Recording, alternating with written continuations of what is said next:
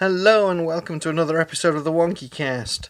And what a couple of weeks it's been. Over the last 6 weeks, I've somehow managed to do 3 weekend-long conventions, which does mean that there's a whole load of interviews that will be coming over the next few weeks. We interviewed people along the lines of Jim Butcher and Shauna Maguire and a whole bunch of other people. So yes, keep an eye out on the website for those being released in the next couple of weeks. On this week's show, we have the last of our interviews that we recorded at the Sci-Fi Weekender. This is the interview that I recorded with James Cosmo on the main stage on the Friday afternoon. Hopefully you will know James from movies such as Highlander and, of course, as Lord Mormont from Game of Thrones. An absolutely wonderful guy and a wonderful interview. It was a pleasure talking to him. And also, just before we get on with it, a little bit of self-promotion. I've mentioned it before, there's an anthology of short stories called Killer Bees from Outer Space, in which I have one of my own short stories, which is called Return to the Kingdom of the Shadow People. That's now available on Amazon for the princely sum of £2.35 of your English pence. So please go buy it, read it, let me know what you think. So without further ado, here is the complete interview with James Cosmo from this year's Sci-Fi Weekender. Enjoy.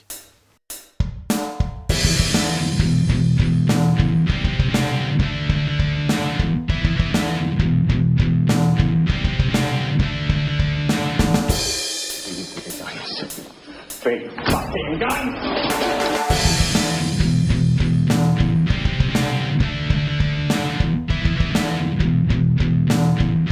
Good afternoon, Sci-Fi Weekender.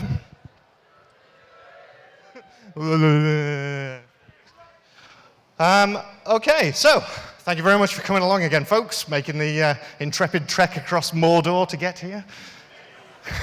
All fun and games. And our next guest is absolutely no stranger to harsh environments on both TV and film.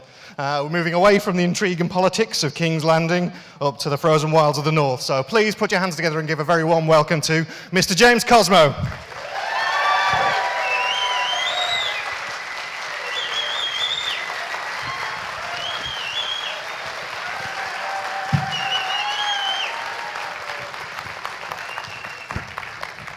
Thank you very much.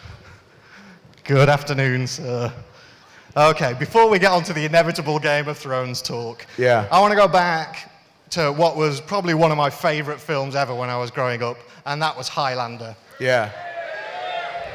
One of those films that when it came out at the time, it just captured your imagination. It was stunning. Only problem with it, the tagline, there should have been only one. Absolutely, I couldn't agree more. So can you share a bit of your experience on that amazing film?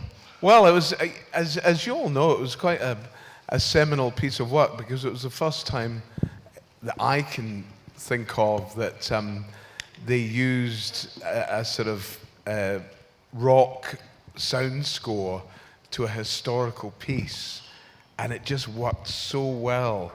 And Russell Mulcahy, the director, he's an Australian guy, and he'd come from doing early pop videos and things. So the camera never stopped moving. You know, it had a wonderful sense of energy to it, and added to that wonderful fantasy idea that young American had. It was just extraordinary. You know, it was set in some of the most beautiful parts of Scotland, like Elandonnan Castle, where we came across the long causeway with all the skeletons hanging in the baskets and things. It was just tremendous, you know, and it was terribly exciting, and we had a lot of fun doing it. We shot all the battle scene in Glencoe, which is, I don't know how many of you have been to Glencoe, but it is the most spectacular piece of country. And of course, it was extremely violent and bloody, but there is a clip of me in a battle scene wielding this huge sword, chopping heads off and arms and things, and I suddenly stop and say, "Oh shit, I've cut my finger. Oh, fuck."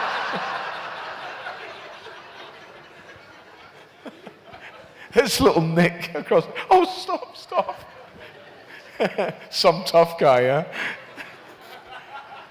And what did you make of the interesting casting decisions in the film? Yeah, it was very interesting, wasn't it? Because I always thought I'm an Egyptian. There's been a mistake here, you know, in the early days. Because there was Christophe Lambert saying, you know, I'm Conor McLeod from Scotland, and Sean saying, I'm Don Jose from Spain. I thought maybe somebody just put them in the wrong envelope, you know? That might have worked, but you know what, with Sean, it doesn't matter because, you know, that's the way he is, but he's such a force of nature and he was such a wonderful film star that it was absolutely terrific. I loved it.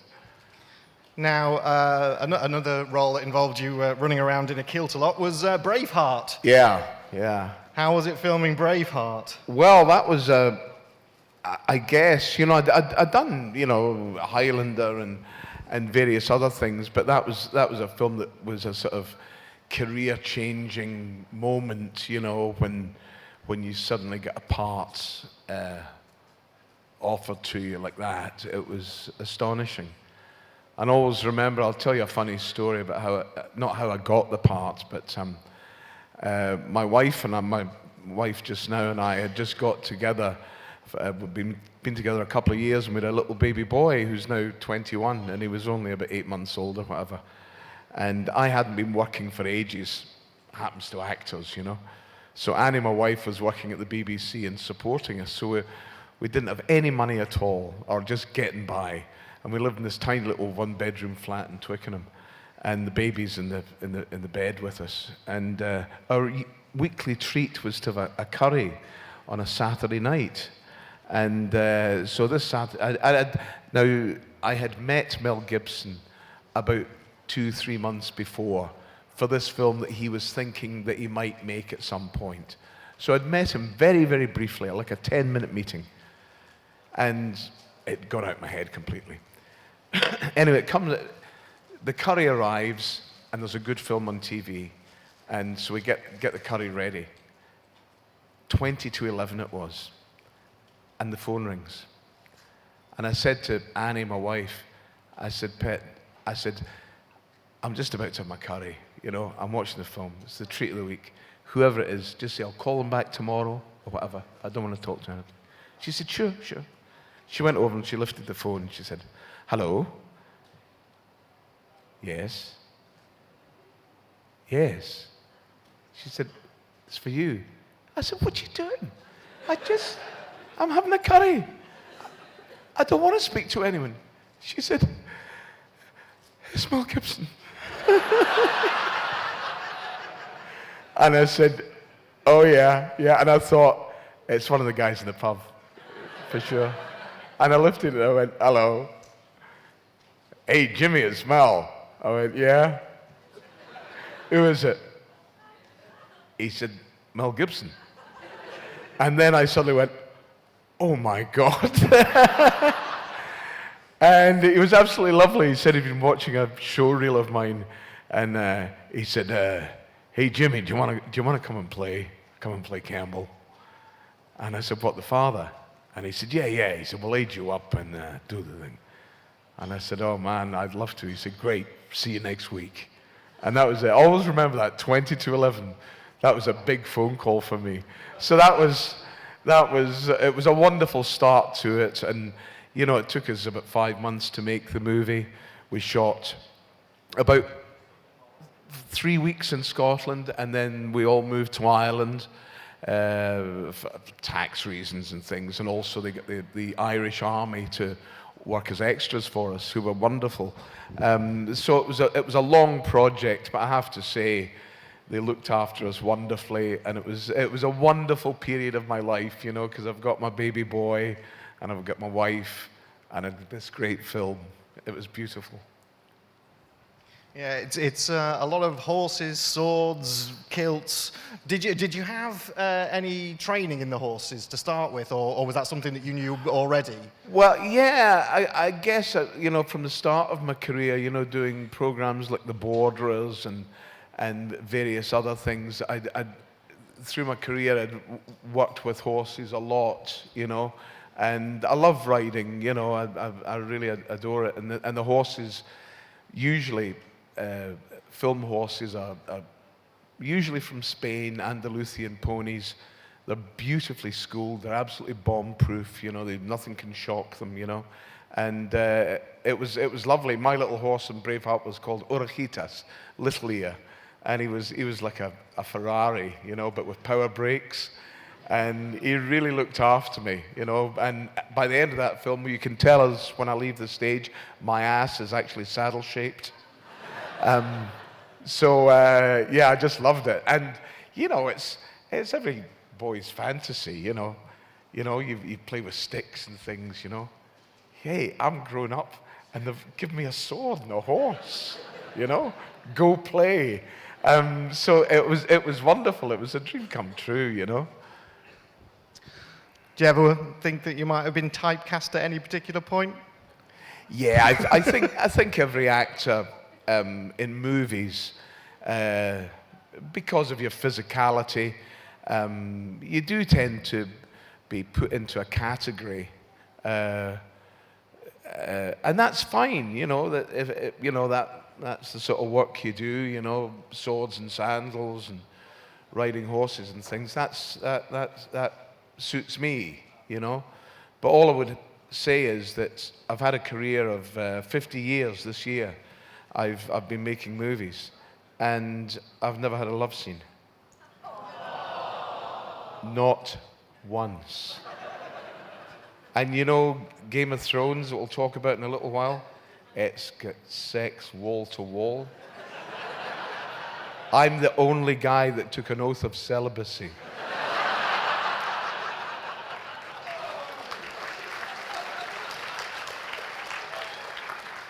But maybe that did the audience a favor. Well, we might as well get on to Game of Thrones. So, the filming of Game of Thrones, where was it filmed because the first season was somewhere different to the second? Yeah, we did the first season in Belfast, where they took over a big quarry and built Castle Black, and it was terrific. And then the second and third seasons, we went to Iceland, which, you know, like, you don't usually go down to Thompson's and book your holiday to Iceland. You know, it's not a place that you would normally go to. But my goodness, I'd recommend you go there, because it is the most extraordinary part of the world. You know, bitterly cold, covered in ice, but with these geysers going off and volcanic action. It's surreal, and they couldn't have chosen anywhere better to portray beyond the wall than Iceland, because you really do feel out there. It's so elemental. You know, the cold is twice as cold as you could ever imagine. You know, you step out the truck and you can feel your beard starting to, unless you're a woman,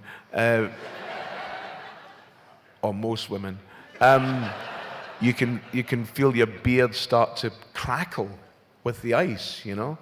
And if you sneeze, you know, the snot's an icicle before you know it. So it was extraordinary, you know, and so beautiful, but in not in a romantic way, just a surreal landscape. Beautiful people, as I say, lovely countryside. Don't eat the food. Rotted whale is not what it lives up to, you know. It's disgusting. Anyway. But yes, it was a wonderful experience. Yeah, I think I heard you tell a story at another convention about a hot spa that you found. Yeah, we went. It was actually the chef at the hotel, and he took me out, a couple of us, and we went out onto a big snow-covered plateau, I suppose it was, and there was a cairn of rock, and he said, we go down here, and we squeezed down this little cave, and I really had to squeeze, and get through, and he'd torches and things, and about 15 feet under the snowfield, where it was snowing and wind blowing, was an underground lake. And he said, now we swim. And we took our clothes off and swam in this water that was like hot bath water. It was quite extraordinary, swimming in the dark underneath a blizzard. It was the most amazing experience.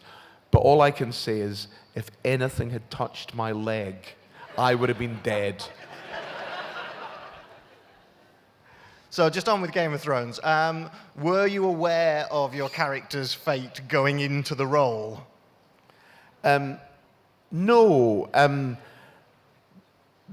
The way it works is you get contracted. I think you get contracted for 5 seasons or something, you know, or optioned. It's up to them whether they take it up or not. It's up to them. And I deliberately hadn't read the books because I just wanted to work from the script that you're given. You know, it's just my preference in way to work.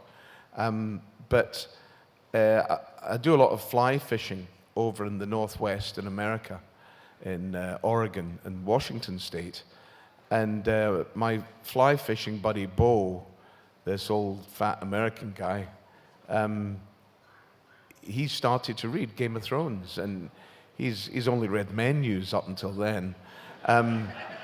But he started to read Game of Thrones, and we'd be out fishing, you know, and you're up to your waist in water and in your waders, and you fly fishing away. And he'd shout down, "Hey, James," he said, "just finished book 1. Still there." I thought, oh, terrific. So 3 months later or whatever, I go back and we're fishing the Cowlitz River, fishing away. "Hey, James, book 2, still there." and then inevitably, he said, "Hey, James," he said, "I'm halfway through book 3. You ain't appeared yet." So I thought, uh-oh. But that was fine, you know. I think in Game of Thrones, 3 seasons is doing pretty well. And I hear now that the actors read the scripts back to front, you know, just to see if I'm still there. But I think it's a wonderful device to use, you know, to create characters and have, you know, you follow that character, whoever it is, and then, oh, they're dead. And it sort of reinvigorates your interest in the show, you know, because you have to find someone else to follow or find out what their storyline is, you know. So he's very, very smart, George Martin, the way he writes. It's terrific. And I hear there's some great things on YouTube of people watching The Red Wedding that haven't read the books, you know. So, yeah, I mean, do you have any predictions of who might be going next in the series? Because, like yourself, I've not read the book, so I kind of sit and watch them, and I'm as aghast as everyone else what happens. I don't think anyone's got any idea except David Benioff and Dan White's, you know, and George himself. It just could go anyway. And I think that's what's so exciting about it. It's wonderful. I'm sure we'll get a lot more Game of Thrones questions in a bit, but one I did want to talk about is, unfortunately, the fantasy world lost a bright star in Terry Pratchett the other week. And I know that you played Arch-Chancellor Ridcully in The Colour of Magic. Yeah. Can you tell us a bit about your experience on that? Because that was a very, very different role for you. Yeah, it was such great fun playing. You know, I hadn't read any Terry Pratchett, and then when I read the script, I just loved it. You know, what an inventive mind that man had. It was just extraordinary. And they actually, Vadim Jean, who directed it and produced it, they used a lot of animatronics, not too much CGI, you know? So, you know, when you saw the treasure box or whatever it was get up and walk away, it actually did, you know? So that was really exciting to do that and to be part of that anarchic, strange, mad world that he created. It was an absolute joy for a few weeks. It was terrific. And to work with Tim Curry he's a delightful man to meet and to work with.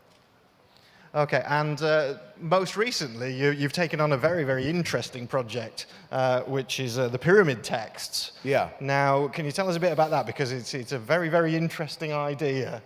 Yeah, the pyramid text is a one-man film. It runs 98 minutes, and it's a monologue for 98 minutes of one man talking. and it's about an old boxing trainer. And at the start of the movie, you think it's about a man talking about boxing, but very quickly you find out that it is set within the world of boxing, but the film is actually about love, loss, and fear, and faith. And it's in 50 years I've been making, as I said before, I've been making films for 50 years, and I think it's the best work I've ever done. It's the best written piece I've ever been privileged to play, and I'd love you all to tweet it and retweet it, because I was gonna say, is that getting a release I'm in the so UK? proud of it. Yes, we're doing the Edinburgh Film Festival, and then we'll get a theatrical release, and hope it does well, you know. And because one-man films don't often work, you know, but I really believe that this one does, and I'd love you all to see it anyway, just to see what you think. You know, it's I'm very proud of it, and I'm very proud of the people that made it with me. So you say, 50 years of film and TV, right back to the start. Is that where you saw yourself going? Is that what you wanted to do? How did you come to the decision to be an actor? I had a sort of dual upbringing. I was born in Dumbarton in Scotland, and then I was raised in Clydebank, where Billy Connolly and all those lads were brought up, you know, and it was the shipyards. And I was an utter idiot at school, and for the benefit of all, I left at the age of 15 and went to work in the shipbreakers, where they broke down the old ships. And after about 18 months, I realized I really don't want to do this for the rest of my life, because it's terribly hard work, and I'm just not cut out for it. So I hitchhiked down to London and met my dad, who lived down there, and he introduced me to a lady director that he was working with at the time, and she offered me a part in a television show that she was doing as a choir boy, would you believe? That's how long ago it was. And so that was the start of it, you know, the start of my sort of career. But, you know, as a young actor, you're out of work a lot of the time. But the one good thing about having to go and work in, you know, I preferred working as a labourer, you know, groundwork and all that sort of stuff, or working in bars or whatever. For an actor, it's actually, it's quite a good thing, you know, because it gives you life experience, and you see characters that one day, subliminally, you'll use that, you know. So instead of going to drama school, I think the drama school of life can work just as well for actors, whichever way you come. But that's the way I came to it, and also I am absolute rubbish at anything else. Excellent. Okay, well, I think we'll put it out to the audience now. Anybody would like any questions, then please just come up to the mic down here. Anybody to set us going? Come on, there's got to be someone. Is he coming to us, or is he going to the bar? Oh, here we go. Marvellous. Right. Yes, what's it like filming a death scene, out of curiosity? Any specific I remember one? it quite vividly. Which death scene do I remember? In Game of Thrones, at least. Game of Thrones, yeah. It was, you know, it's quite good fun, you know? Like, you know you're going. They've said you're not going to be in the show. So if you're going to go out, you might as well go out, you know, in a bit of style. And the thing that I really liked about Lord Mormont was he was a man of dignity and honour, and a very committed character. And I think he went out doing the right thing, you know. So it was fun. It was I enjoyed it, you know, and coughing up blood and all that. Oh, looks, you know, fantastic. Loved it. Yeah. What do you remember about the Nightmare Man? The Nightmare Man, yeah. That was a BBC programme, And, you know, long before anything else, can you remember the writer of it? I think it was Robert Holmes adapted from a novel. Right. You know, it was I worked with the lovely Celia Imrie on it, and it was very, very clever, you know, because it was about, you know, you think this monster has come to this Scottish island and is killing people, you know, but it's actually a sort of cyborg who's come from Russia in a thing called a vodyanoi, I remember, and he's sort of half pilot, half machine, and his craft has crashed on the Scottish island. But it was very, very clever, and I remember it fondly. But it was way before its time. It was a terrific piece of work. Thank you. You right there? Yeah, How you doing? good. Going back a while, Battle of Britain, Jamie. Yeah. Do you remember much about that? I make Air Force myself, so it resonates a little bit for me. Yeah. My all-time favourite films. Yeah, I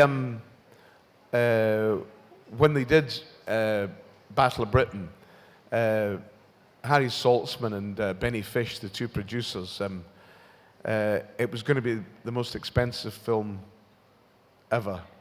It was £3.5 million. Wouldn't pay the catering bill in some movies now. But of course, there was no special effects, you know, no CGI, nothing like that. So they brought in Spitfires and Hurricanes from all over the world, you know, like they flew over from Canada and Spanish as well, wasn't it? that's right. The Spanish were using Messerschmitts as training aircraft that's and right. things, and so they flew them all over. But it was, I forget what year it was, but it meant that some of the air aces, like Ginger Lacey, were still relatively young men, you know.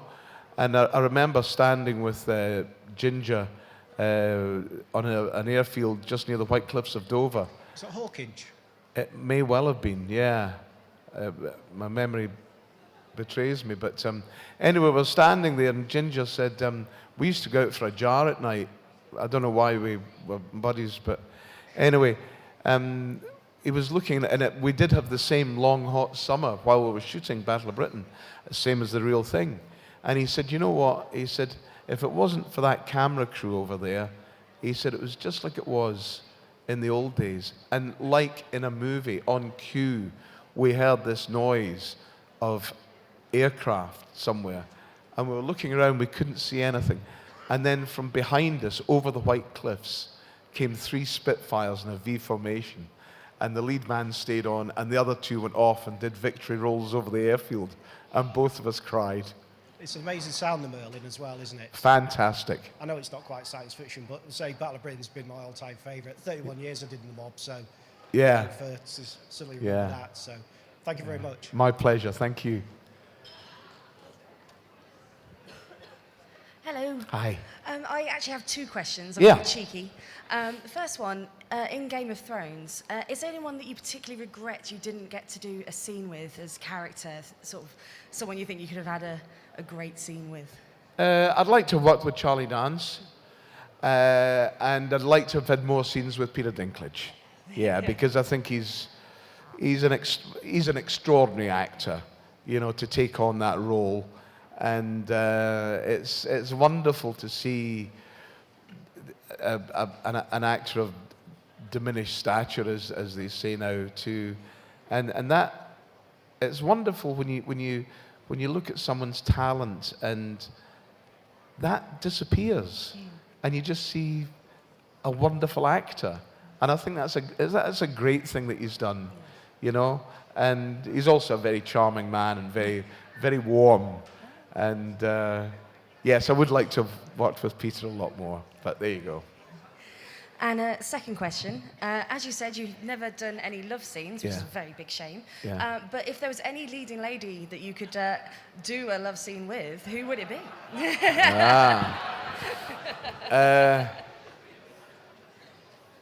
You've got to remember, I'm of a certain age. But Catherine Deneuve, oh my God. That would be the one. That sounds a fine choice. Thank you. Hi. Hello. Yeah, I'd just like to know if you had any historical characters you'd really like to play that you've not played previously. There's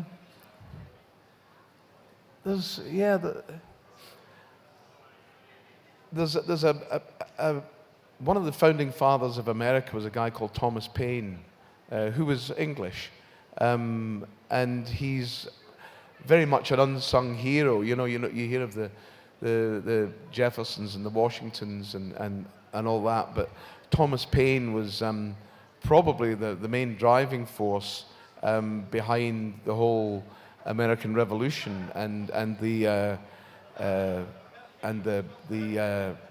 effect that had. And he also was part of the French Revolution. And he lived such an extraordinary life and had so many adventures. And yet, as so often happens with great men, he was buried with just his wife and his landlady. And he's not remembered too much. And I would love to make a film about him because he was a man of utter integrity and bravery. And we should make more films about people like him. Thank you. Thank you. Hiya, James. Hiya. I know you've been heavily involved in the Game of Thrones, and George hasn't written the last book yet, but who do you think will win the Game of Thrones, in your opinion? That's quite a tough one. But I think it's going to be Jon Snow. I think he's a popular choice, like. I think so. If he's still alive. If he's still alive, exactly. Yeah, good answer. Yeah. Cheers. Well, fair play, thank you. Thank you very much. Anybody else? Oh, here we go. Hi. It's a bit of a double question again. And I might make a fool of myself in front of all these people. I'm not going to say anything weird. But you were in Chronicles of Narnia. I was. Yes. Yeah. Just checking before I go down a... Good call, another sir. guy Good with a call. beard. Did you... I realise it's only a smallish part. Yes, it was, yeah. Not a huge amount of screen No. time, but did you do a lot of preparation for... I mean, how do you get into the mindset of Santa? Do you know what I mean? Is that... Yeah. Well, I think what they wanted that Father Christmas to be wasn't the sort of Coca-Cola version, the sort of red and the funny red nose. He was a more elemental creature. He was of the earth. He represented the regeneration of the spring. Now we're in the deep winter, but it's going to be okay. Yeah.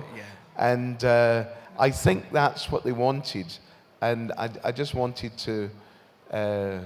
I found it a really touching part to play. I felt really, really privileged because I knew that so many children would be watching that. It was a big film, and that you were representing not a religious character, but just a character of love and warmth and hope, Yeah.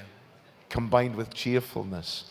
Well, I was going to say, it was not sinister, but quite an imposing Yes. image of Father Christmas. And he's Yes. very serious, but Yes. like you say, there is that kind of there's a very fatherly feel about him. Do you know what I mean? It's like Yes. this domineering Yeah. presence, but it's very Yeah. kind. I'll tell you a story about when I did, after I'd done it, and it came out, and it had been out for about 6 months or something, and I was in Waitrose in Twickenham, near where I lived, and my beard was just like this, just sort of short, not down here. And I was at the cheese counter, and I was looking at all these cheeses, and I became aware of a little girl of about 8 standing next to me. Her mum must have been somewhere in the store, obviously, but she was just looking at me like that. And I sort of looked at her, And she said, "You're Father Christmas, aren't you?" And I looked at her and I went, and she just went. So now there's a young woman now that says, "I am sure I met Father Christmas in Waitrose somewhere." He was buying cheese. At the cheese counter. The other thing I wanted to ask you was, Yeah. Of the death scene that we've mentioned, Game of Thrones, I mean, you've died quite a few times. Oh, yeah. It's always disappointing because you tend to be quite stoic, and I think I like those kind of characters because you're like, ah. Was that written in that you were going to fight back that aggressively, or was that just sort of the way you played it out? No, that's the way they wanted it. You know, they wanted people to think that Mormont, you know, nothing can kill this man. You know, he's so, you know, such a vital character. You know, and then just do it. You know, so it was quite specifically choreographed. Yeah. But I think it worked really well. Were you disappointed that you didn't manage to do him in just before? I should have killed him before I died. Of course I should. But yeah, you can't have everything. No. Thank you very much. Thank you. Hi. Hi. I'm going to ask a strange question about Braveheart. Yeah. I was just wondering, what was your most memorable bit that you remember out of all the making of Braveheart? Like, remember the scene when your son was going to burn because you've been injured, and like everybody else said they'll hold you down. I was wondering if there's any funny moments you remember from making it. Yeah. Well, funnily enough, that scene, I should have been given a writing credit on that film. It should have been Braveheart, written by Randall Wallace and James Cosmo. I tell you why. Because they had this, and the prop guys are amazing. You know, I don't know if you guys remember the part, but everyone's frightened to pull the arrow out of me because they know what's going to happen. And they've got this red-hot poker ready to stick into me, you see. And it looked so realistic. I was worried. I thought, is that okay? Anyway, it came to the bit, and Mel said, so when the arrow comes out, he said, shit, he said, what would you say? You know? And I went, I said, that'll wake you up in the morning, boy. He went, that's the line. So I wrote that. And it's the only thing I've ever written, and I'm very proud of it. Thank you very much. Out of interest, did you ever figure out what Mel Gibson had against the English at that point in his career? Against? Against the English, because he did that, he did The Patriot, he did Macbeth. Basically, a slew of films where he just killed thousands of English people. Well, I was just talking to some friends at the meet and greet earlier on today, and we were just talking that Braveheart isn't an anti-English film. It's an anti-dictatorship film. And I think that's why it resonated so much around the world. It wasn't about the Scots people hating the English, because the Scots people do not hate the English. They never have hated the English. But we all hate oppression, and we all need to protect our individual freedom. It's the most important thing we have in our lives, is our ability to be free. And any chipping away at that cannot be allowed. And I think it resonates now as it did then. You know, so it wasn't an anti-English film, it was an anti-oppression film. It was a film, like William Wallace said, about freedom. Yeah. Thank you. Thank you. Did you send the ravens, Tully? Very good, very good. Someone dared me to do it. I've had a few drinks. That's sorry. all right.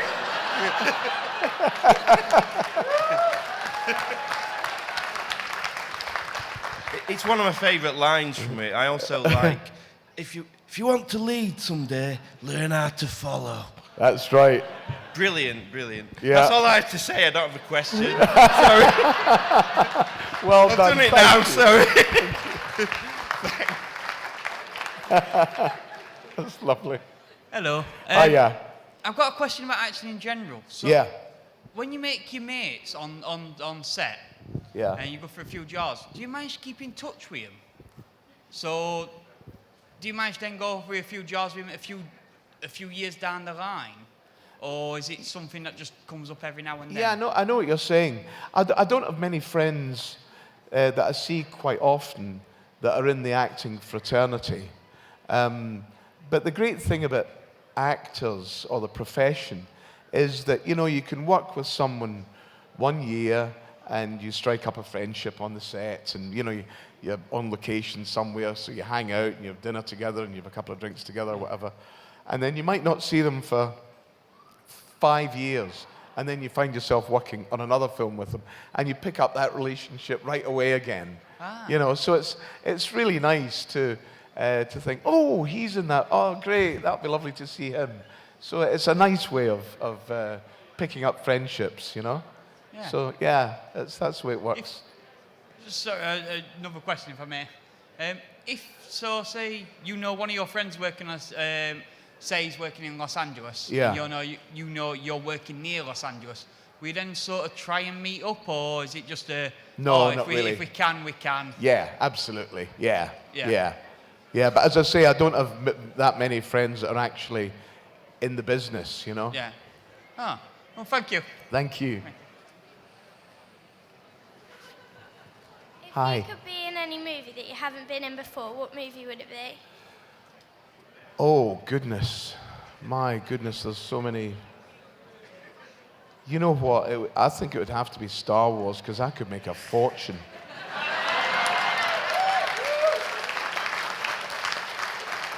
Thank you. Thank you. Hi. Hi. I was interested to hear you say that there's one line that you've written, you reckon, there.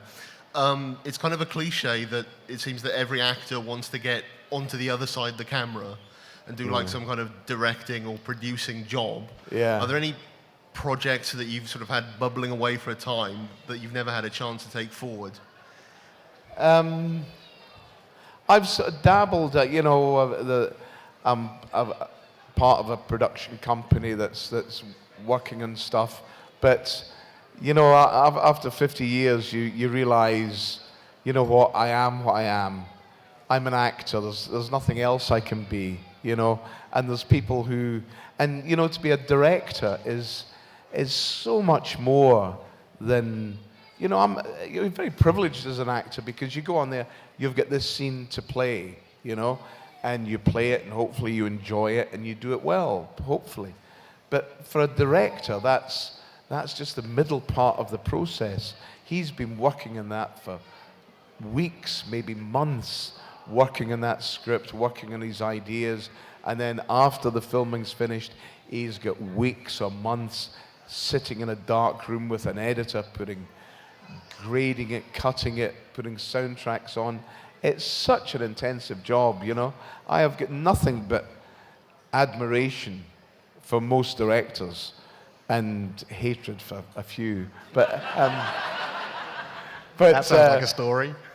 Mostly, I think I love being able to say, well, that's that. I'm off. Bye. Good luck. Tom, very much. Thank you. Okay, I think that's about all we've got time for, folks. So thank you very much for your questions. Please, round of applause for Mr. James Cosmo.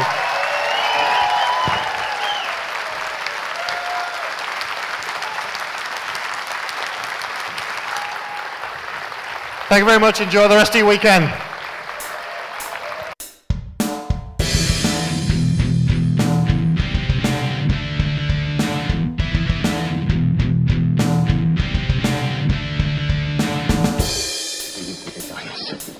Big fucking gun!